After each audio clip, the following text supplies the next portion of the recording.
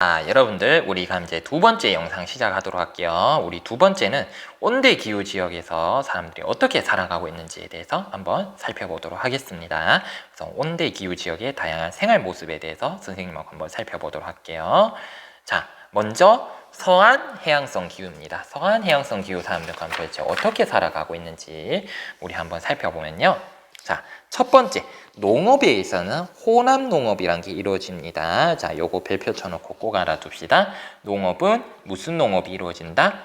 혼합 농업이란 게 이루어지는데, 혼합이란 말은 섞여 있다라는 의미잖아요. 그러면 무엇이 농업인데 무엇이 섞인 농업인지 우리 한번 살펴보도록 하겠습니다. 자, 그렇다면 이 혼합 농업이란 게 도대체 무엇인가 한번 살펴보면요. 혼합농업이라는 것은 바로 식량작물. 사람이 먹는 거죠. 사람이 먹을 수 있는 밀과 보리를 재배하고, 또 동시에 가축이 먹을 사료작물을 동시에 재배하는 농업입니다. 그러니까 이 혼합농업이라는 것은 무엇이냐? 농사를 짓는 목적이 하나가 아니라 두 개라는 거죠. 우리 앞에서 열대우림기후 지역에는 이런 데 봤을 때 농사를 짓는 목적이 하나였잖아요. 옛날에는 이동식 화전 농업을 할 때는 우리가 직접 식량을 구하기 위해서, 플랜테이션을 수출하기 위해서 목적이 딱 하나였다면, 이 혼합 농업은 농사를 짓는 목적이 두 개라는 거죠. 그렇기 때문에 농사를 짓는 목적이 두 개이기 때문에 같은 땅을 써도 두 가지를 동시에 농업이 이루어진다는 거예요. 그래서 식량 작물을 재배하기 위해 밀과 보리와 그리고 가축에게 먹일 사료 작물을 동시에 재배를 합니다. 그래서 우리가 이러한 농업을 무슨 농업이라고 부르냐면 바로 혼합농업이라는 불리는 형태가 이루어진다는 거죠. 자, 그렇다면 왜 이렇게 혼합농업이라는 형태가 이루어질 수밖에 없는가 하냐면요. 자, 첫 번째 기후적인 특징이, 이 지역은 서한 해양성 기후 지역은 우리나라만큼 여름철에 덥지가 않습니다. 시원합니다. 근데 이렇게 시원하니까 특징이 뭐냐면요. 식량작물 중에서, 인간이 먹을 수 있는 식량작물 중에서 가장 좋은 게 뭐냐면 쌀이에요. 왜냐하면요, 쌀은요 그냥 풀어놓으면 엄청나게 많은 식량을 얻을 수가 있거든요. 쌀을 키워 재배를 해서 엄청나게 많은 식량을 재배를 할 수가 있습니다. 하지만 이 쌀은요 비가 많이 오고 더운 데서만 자라요. 우리나라 여름과 같은 곳에서만 자랄 수가 있습니다. 하지만 서한 해양성 기후 같은 경우 여름철 우리나라보다 훨씬 강수량도 적고 기온도 그렇게 높지가 않아요. 쌀이 싫어하는 환경이야. 그렇기 때문에 여름철이 서늘한 특징을 가지고 있기 때문에 우리처럼 쌀을 재배할 수가 없습니다. 그렇기 때문에 대신 무엇을 재배하느냐? 밀과 보리를 재배하는 거예요. 이거는 사람이 먹는 거죠. 사람들이 먹을 쌀을 재배할 수 없기 때문에 대신 조금 추운 곳에서도 잘 자랄 수 있는 밀과 보리를 재배를 하고요. 그리고 두 번째 기후적인 특징인 연중 강수량이 골라요. 자, 강수량이 1년 내도록 꾸준하게 내립니다. 비가 1년 내도록 꾸준하게 내리기 때문에 풀이 잘 자라. 목초라는 것은 우리 무엇이라고 생각하면 풀이 잘 자라요. 자, 풀이 잘 자라기 때문에 무엇을 키우기 좋냐면 이 풀을 뜯어먹는 가축을 사육하기가 굉장히 좋습니다. 가축 사육하기가 굉장히 좋아요. 자, 그래서 이러한 가축을 사육하기가 굉장히 좋기 때문에 이 동네 사람들은요, 이런 쌀로 밀이라든지 보리를 통해 식량을 작물을 재배하지만 이러한 가축을 사육해서 가축을 통해서 식량을 얻거나 아니면 노동력을 얻거나 할 수가 있었던 거죠. 그래서 이러한 특징 때문에 가축을 사용을 해야 되기 때문에 가축에게 먹일 것도 필요한 거예요. 그렇기 때문에 가축에게 먹일 사료도 필요했기 때문에 같은 땅을 쓰더라도 오로지 사람이 먹을 식량만을 재배하거나 가축이 먹을 사료만을 재배를 할 수가 없었던 거죠. 그래서 같은 땅 안에 사람이 먹을 식량작물이 밀과 보리와 그리고 가축이 먹을 사료작물을 동시에 재배를 하는 형태의 농업이 발달을 할 수밖에 없었습니다. 이 농업을 우리가 무엇이라고 부르냐면 혼합농업이라는 형태의 농업이 발달을 했다라는 거 우리 알아두시면 좋겠고요. 두 번째, 의복문화입니다. 이 지역은 비가 어떻게 한다? 약한 비가 연중 꾸준하게 내린다. 이로 인해 가지고 이 비가 그렇기 때문에 돌아다니는 1년 내도록 한 300일 정도는 비가 내리니까요. 비가 내리거나 날씨가 흐리거나 하니까. 그래서 레인코트 같은 길다란 코트라든지 그리나 비옷, 우산을 챙겨 다니는 문화가 발달을 하게 됩니다. 그리고 여기에 플러스 모자 문화도 여기서 오게 돼요. 모자 문화도 여기서 오게 됩니다. 왜냐하면 비가 약하게 오니까 우산 꺼내기도 귀찮은 거죠. 그러니까 비를 비를 맞고 다니기는 맞고 다녀야 되거든요. 좀 찝찝한 그냥 머리에 아무것도 없으면 좀 찝찝하니까 무엇도 발달하면 이 지역에 모자, 비를 막을 수 있는 모자 문화도 발달합니다. 대표적인 문화가 뭐 요렇게 해가지고 이렇게 길다란 모자 있잖아요. 요런 모자가 발달하게 됩니다. 그리고 무슨 문화가 발달하냐면 수운 교통이 발달합니다. 수운, 요거는 운송으로 물을 강이라든지 바다를 교통로로 이용을 하게 돼요. 강이라든지 바다를 교통로로 이용하는데 특히 강을 이용을 많이 합니다. 왜냐하면 연중 강수량이 골라요. 비가 1년 내도록 꾸준하게 옵니다. 우리나라 같은 경우에는 수운 교통이 발달하기 힘들어요. 왜냐하면 비가 여름에만 많이 내리거든요. 온대 동안기후기 때문에 비가 여름에만 많이 내려서 여름에는 비가 많이 내리면 겨울엔 비가 내리지 않아요. 그래서 강에 흐르는 물의 양이 일정하지가 않아요. 하지만 이러한 서해안해양성 같은 경우 1년 내도록 비가 꾸준하게 내리기 때문에 강에 흐르는 물의 양이 일정합니다. 그래서 하천에 물이 풍부하게 돼요. 그렇기 때문에 무슨 교통이 발달하면 수운 교통이 많이 발달하는 특징을 보입니다. 그래서 우리 서해안해양성 기후에는 호남농업이라는 농업이 발달했고, 그리고 이런 비가 많이 오는 문화 때문에 레인코트라든지 길다란 코트라든지 비옷, 우산, 모자를 챙겨 다니는 이러한 의복 문화가 발달했다. 그리고 비가 꾸준하게 내리니까 강에 항상 물이 많아서 옛날부터 이 강을 이용한 교통이 발달했는데 우리가 이것을 수운 교통이라고 불리는 교통 형태가 발달을 했다라는 점 알아두시면 좋겠습니다. 다음으로 넘어갈게요.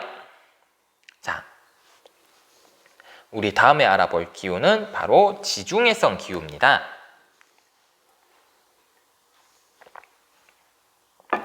지중해성 기후에는요, 이제 서해안해양성 기후와 다르게 또 다른 농업의 형태가 발달합니다. 농업의 형태가 우리가 이것을 무엇이라고 부르냐면 수목농업이라고 부릅니다. 알아두세요. 수목농업이라고 부르는 형태의 농업이 발달을 하는데요. 수목농업이란 것은 그건 도대체 무엇이냐? 수목농업이란 것은 지중해성 기후 지역에서 나타나고요. 자, 여름철이 지중해성 기후는 여름철이 고온 건조해요. 얼마나 덥냐면 이 지역에 여름철에 가면 40도는 거의 기본으로 찍습니다. 40도를 거의 가깝게 찍지만 우리나라만큼 힘들지 않아요. 왜냐하면 이 지역은 여름철에 비가 내리지 않으니까 습하지가 않아요. 그늘에 들어가면 굉장히 좀 많이 시원한 편입니다. 자, 여름철에 덥지만 비가 오지 않는다. 그렇기 때문에 이 지역에서는 이 지역 나무들은요, 여름철에 밀이라든지 벼라든지 이런 거 자랄 수가 없어요. 식량작물들이 자랄 수가 없습니다. 대신에 이러한 덥지만 비가 내리지 않는 환경에서 잘 자라는 경엽수라는 나무 종류가 있어요. 그래서 이러한 경엽수들을 재배하는 농업을 비가 잘 오지, 여름철은 덥고 비가 오지 않으니까 이 환경에서 잘 자라는 경엽수라는 나무들을 키우는 농업이 발달하게 됩니다. 그래서 이제 농업은 농업인데 나무를 키우는 농업이라 해서 나무 숫자에 나무 목자거든요. 나무를 수목이란 말 나무란 뜻이에요. 농업은 농업인데 나무를 키우는 농업이 많이 발달을 한다 해서 우리 수목농업이라고 부릅니다. 자, 경엽수란 게 나무예요. 자, 그럼 어떤 나무냐면요, 키가 작고 단단한 잎을 가진 나무를 우리 경엽수라고 부릅니다. 그래서 이 잎이 단단해야만 수분 증발을 막는다요. 키가 크고 잎이 얇으면요, 수분 증발을 하기가 꽤 좋아요. 근데 이 지역 같은 여름철에 기온은 높고 비는 오지 않는다 했잖아요. 이러면 어떻게 되겠어?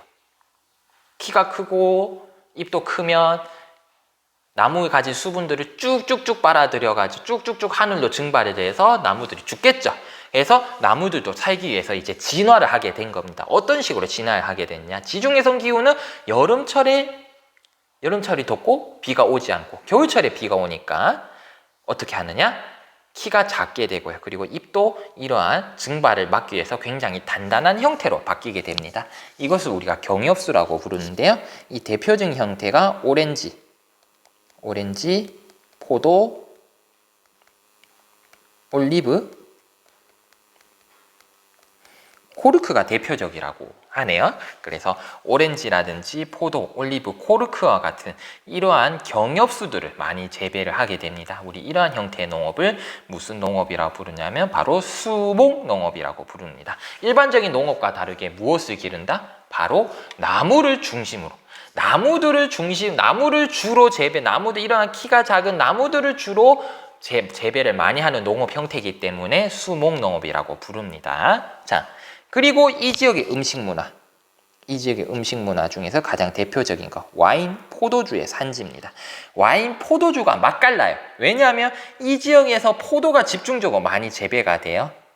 그래서 이 포도 재배에 가장 알맞은 기후 조건을 가지고 있기 때문에 이 포도를 숙성해서 만든 와인이 가장 맛깔나게 나오는 지역이기도 합니다. 그래서 가장 지중해성 기후 지역은 무엇이 가장 많이 생산되는 대표적인 와인이 많이 생산이 되는 지역이에요. 선생님, 그러면 우리 김천은요? 우리 김천 포도 많이 재배하잖아요. 김천은 그러면 그것도 하잖아. 포도 자주 축제도 하잖아요. 7월 달에. 선생님, 그럼 김천은 지중해성 기후예요? 아니, 지중해성 기후는 아니고요. 지중해성 기후의 특징이 많이 나타나요. 우리가 있는 김천 지역, 요 지역이 우리나라에서 비가 가장 적게 오는 지역입니다. 우리나라 1년 강수량이 약 한 3분의 2밖에 오지 않아요. 비가 적게 오는 대신에 여름은 굉장히 덥다. 이러한 특징 때문에 우리나라에서 포도가 가장 잘 재배될 수 있는 기후적 환경이 만들어진 거예요. 그래서 우리 김천에서도 이러한 지중해성 기후와 비슷한 기후적 조건이 나타나기 때문에 포도를 굉장히 많이 재배를 한다라는 겁니다. 자, 그리고 여름철이 덥지만 비가 안 와요. 놀기 딱 좋겠죠? 그래서 무슨 산업이 발달하냐면 관광산업이 많이 발달합니다. 지중해성 기후 지역에서는 관광산업이 발달합니다. 그래서 여름철 맑고 화창한 날씨로 인해서 이를 즐기기 위한 관광객이 많이 방문한다는 거. 그렇기 때문에 여러분들이 지중해성 기후 지역을 만약에 방문하려면 언제가 좋냐면 겨울보다는 여름이 훨씬 더 낫겠죠. 왜냐하면 날씨 매우 쨍쨍하고 비도 적게 오기 때문입니다. 자, 그리고 온대 동안 기후 마지막으로 한번 살펴보도록 할게요. 그러면 어떤 기후를 우리 온대 동안 기후라고 부르는 온대 동안 기후 지역에서는 어떤 특징이 나타나냐? 농사는 벼농사 중심입니다. 벼농사 중심. 벼라는 것은요, 더운 날씨와 많은 물이 필요해요. 더운 날씨와 많은 물이 필요하기 때문에 우리나라 여름을 생각을 해보면 비도 많이 오고 날씨도 더워. 그렇기 때문에 벼가 자랄 수 있는 아주 최적의 환경이 만들어집니다. 그래서 온대 동안 기후는요, 여름철 기온이 높다. 그리고 강수량이 많기 때문에 무엇에 적합하다? 벼농사에 적합합니다. 그래서 우리가 식량작물로서 벼를 재배하고 벼를 많이 재배를 하죠. 그래서 우리 이러한 벼를 재배해서 쌀로 밥을 지어 먹곤 하잖아요. 그래서 벼농사 중심의 농업 문화가 나타난다는 거. 그리고 전통가옥을 살펴보면요, 우리나라 전통가옥을 살펴보면 온돌과 대청마루라는 게 있습니다. 온돌이란 것은 우리 말 그대로 우리 어떤 거냐면 겨울철 추위에 대비하기 위한 전통 난방시설이죠. 난방시설. 겨울이 그만큼 춥기 때문에 온돌이라는 난방시설이 나오고요.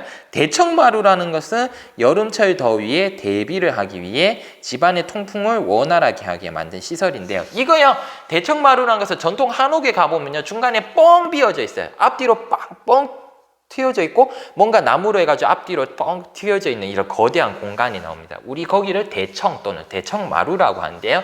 이렇게 만든 이유가 뭐냐면 집을 앞뒤로 이렇게 뻥 뚫어 놓으면 무엇을 하기가 쉽냐면 통풍이 이루어지기가 굉장히 쉽겠죠. 통풍이 이루어지기가 굉장히 쉽기 때문에 이러한 특징을 만들어 놓은 거예요. 그래서 이런 온돌과 대청마루가 동시에 공존하는 가옥 문화가 나타나는데요. 이러한 가옥 문화가 나타난 이유는 무엇이냐면 우리나라는 무엇이 크기 때문에 기온의 연교차가 큰 대륙 동안 기후의 특징 때문에 그렇습니다. 아하, 그렇다면 지배 형태도 어디에 영향을 많이 받냐면 바로 기후의 형태에 많이 기후가 어떠냐에 따라 가지고 이러한 가옥의 형태도 굉장히 많은 영향을 받는다라는 거 우리 알아두면 좋겠죠? 그리고 우리나라는 대표적으로 저수지가 많이 발달이 되어져 있어요. 곳곳에 우리나라 곳곳에는 저수지가 있습니다. 왜 이렇게 저수지가 있을 수밖에 없냐면 우리나라 대부분의 강수량이 언제 집중해요? 온대 동안 기후의 특징이죠. 여름철에 대부분의 강수량이 집중이 되어져요. 그렇기 때문에 물을 관리하기 굉장히 힘듭니다. 물이 많이 여름철에는 물을 구하기 여름철에 비가 많이 오는데 다른 계절에는 비가 오지 않아요. 그럼 물을 구하기 힘들죠. 그렇기 때문에 이 물을 어떻게 하느냐? 미리 가둬놓고 관리할 필요성이 있었다라는 겁니다. 그래서 우리나라는요 여름철에 강수량이 집중되기 때문에 물을 효율적으로 관리하기 위해서 무엇이 많이 필요하면 저수지가 많이 필요합니다. 그래서 우리나라 곳곳에 농촌 곳곳에 가면 이러한 저수지가 많은 이유가 이것 때문이에요. 여름철에 비가 많이 내릴 때 물을 가둬 넣었다가 비가 내리지 않는 나머지 계절에 이 물을 사용하기 위해서 저수지가 발달을 했다는 거 우리 여기까지 온대 동안 기후의 특징에 대해서 살펴보았습니다. 자, 그러면 지금까지 우리 온대 기후에 대해서 선생님과 함께 살펴보았어요. 자, 그러면 이제 디딤 영상 정리가 끝나고 선생님과 라이브 수업으로는 우리 온대 동안 기후의 특징에 대해서 하나하나 한번 살펴보도록 할게요. 자, 그러면 우리 디딤 영상은 여기서 마치도록 하겠습니다. 수고하셨습니다.